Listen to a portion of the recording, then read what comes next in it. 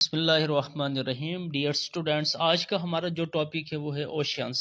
यह एक अक्सर बहुत ही अहम टॉपिक है, जनरल नॉलेज में पूछा जाता है किसी भी जॉब टेस्ट में।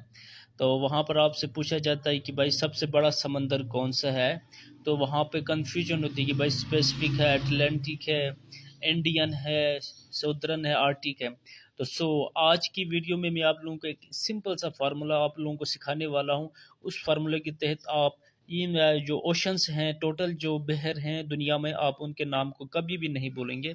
सो हम स्टार्ट लेते हैं। सबसे पहले याद रखिए आपके पास टोटल ओशंस कितने हैं। टोटल ओशंस,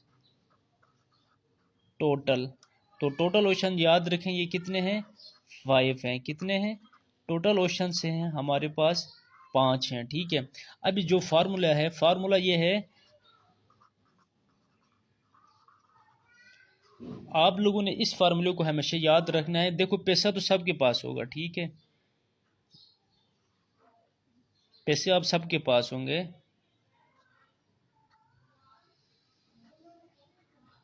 ये मैंने क्या लिखा, पैसा, ठीक है। ये एक वर्ड मैंने लिखा यहाँ पर, पैसा। तो देखें, पी से क्या है, पी से पैसिफिक, ए से एटलांटिक, आई से इंडियन, एस से सौदर्न और ए से आर्टिक। बस इस फार्मूले को आप लोगों ने अपने जहन में रखना है।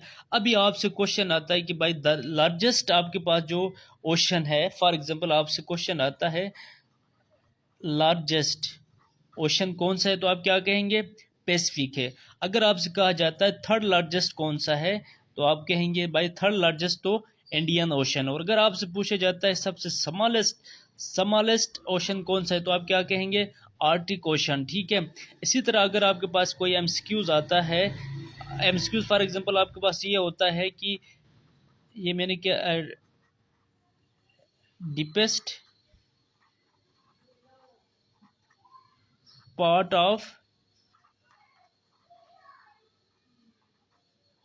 Ocean located in which ocean.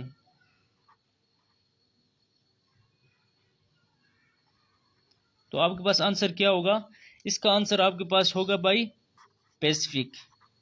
ठीक है। और इसको कहा जाता है मेरी आना ट्रेंच। आई होप आप लोगों को वीडियो अच्छी लगी।